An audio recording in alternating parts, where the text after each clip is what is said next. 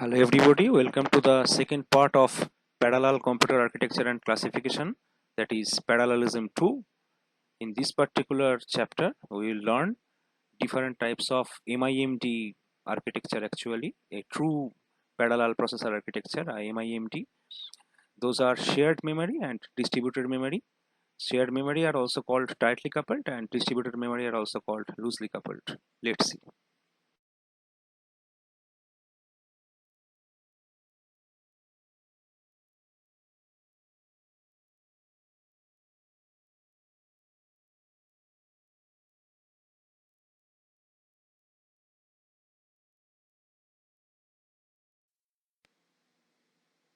The MIMD, a true parallel processor architecture, may be classified into two groups. One is called tightly coupled, another one is called loosely coupled type of architecture.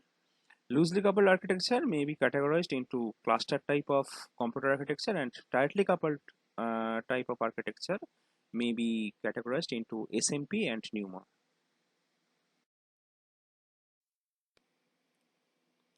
Let's explore a general block diagram of tightly coupled multiprocessor. First of all, what is the difference of loosely coupled multiprocessor and what is tightly coupled multiprocessor? Actually, multiprocessor is one which has more than one processor in its system. We have two categories of multiprocessing system. Those are loosely coupled and tightly coupled.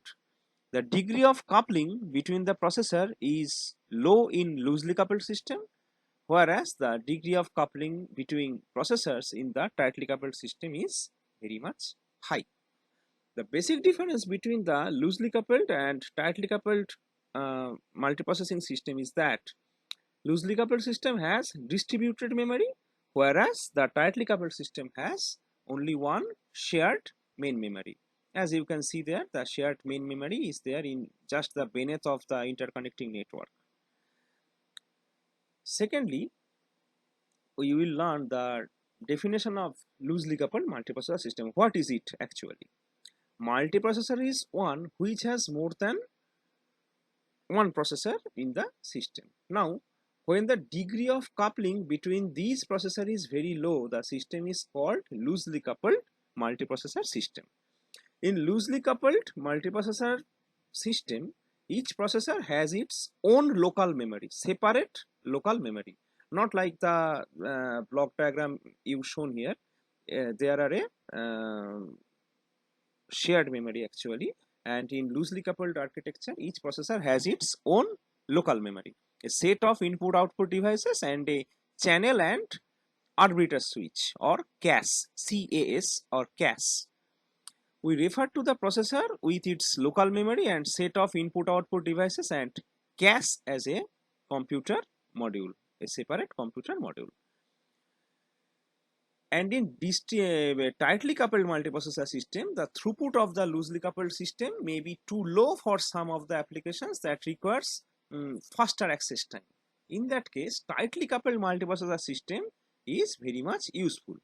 The tightly coupled system has processors, a shared memory module, and separate input output channels.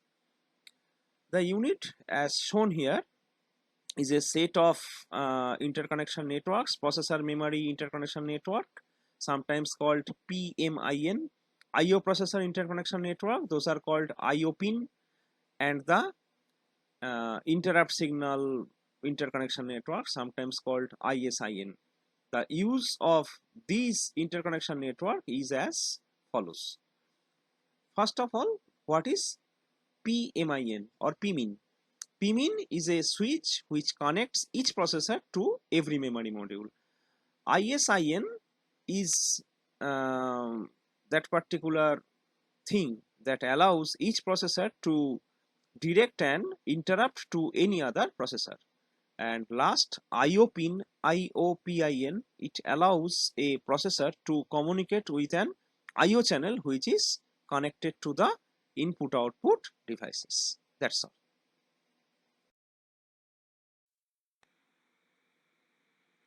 A typical symmetric multiprocessor organization is shown here.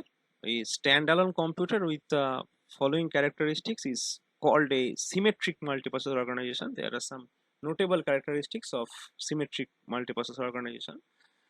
Suppose two or more similar processors of comparable capacity are used here, where all processors are share same memory and I/O. Processors are connected by a bus or other type of internal connections. Here, memory access time is approximately the same for each processor in a total architecture, and all processors are used to share access to a same I/O, either through same channels or different channels. uh, Given paths to same devices are used here. All processors can perform the same functions, hence it's called a symmetric type architecture. The total system in a symmetric multiprocessor organization is controlled by a special type of integrated operating system that provides interconnection between processors and interconnection at job, task, file, and various type of data element levels.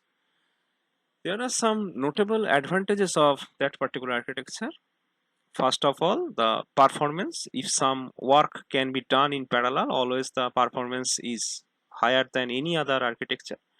Second, the availability of processor. Since all processors can perform the same function, failure of a single processor does not halt the system actually. The incremental growth is a notable advantage of this particular architecture. User can enhance performance by adding additional processors in a architecture. That's a very notable advantage of this type of architecture. And um, lastly, scaling capability is a notable advantage where vendors can offer range of products based on number of processors here.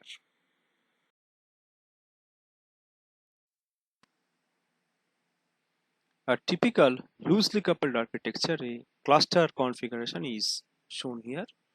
The key differences between loosely coupled and tightly coupled system is that loosely coupled system like this cluster configuration has distributed memory, whereas the tightly coupled system has shared memory. Cluster memory is efficient when the task running on different processors has minimal interaction between them. On the other hand, all other tightly coupled systems can take a higher degree of interaction between processes and is efficient for high speed at real-time processing. The cluster architecture generally does not encounter memory conflict, which is most experienced by tightly coupled system. The interconnection network between this cluster configuration is master transfer system, sometimes called MIS, whereas in a tightly coupled system, the interconnection network are processor memory interconnection network or PMIN, IO processor interconnection network or IO pin, and ISIN, that is the interrupt signal interconnection network. The data rate of loosely coupled system is low, whereas the data rate of tightly coupled system is high. Hence, the cluster configuration is configured with a lower data rate. There are several notable features of loosely coupled architecture or clusters. Here, the collection of independent whole uniprocessors or SMPs are used. Usually, these are called nodes. These nodes are interconnected to form a cluster.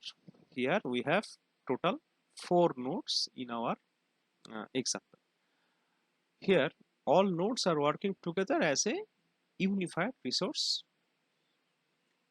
and that illuminates a one machine actually. Total communication is done via fixed path or network connection. Here the network connection is RAID as shown here. Here a typical cluster computer architecture is shown here with collection of independent whole uniprocessors or SMPs. Those are usually called nodes actually. Interconnected nodes are a formation of a cluster as shown here. Total architecture working together as a unified resources. and it creates a illusion of being one machine to the user. Communication are done via fixed path or network connection as shown here. These are the general difference between cluster and SMP. We will learn something extra regarding this in terms of architecture. In SMP, number of nodes are generally lies between 10 to 100, where in clusters number of nodes are less than 100 or equals to 100. Node complexity is medium or coarse grained in SMP type architecture and medium grain in cluster architecture. Interconnected node communication are done by centralized and distributed shared memory or DSM in SMP, and message passing phenomena is used in cluster. Job scheduling is done by single run queue mostly in SMPs, and multiple queue but coordinated obviously are used in cluster. Node OS copies and types are NUMA it's many, and one monolithic SMP is used in SMP type architecture, and NOS platforms homogeneous or microkernel are used in cluster. Ownership is limited in one organization for SMP, and one or more organization may own a cluster type architecture. NUMA or non-uniform memory access under tightly coupled category is a good alternative to SMP and cluster type architecture. So why we should use NUMA instead of SMP and cluster? Is there any particular advantages? Of course, there it is. SMP has practical limit to number of processors, exactly 16 and 64 processors, that limits between them, because bus traffic limits to between 16 and 64 processors. And in cluster, each node has own memory, and that results apps does not see large global memory, and hence the coherence maintained by software, not hardware. Where NUMA retains SMP flavor while giving large scale of multiprocessing. Here the objective is to maintain transparent system and a wide memory while permitting multiprocessor nodes and each with own bus or internal interconnection system.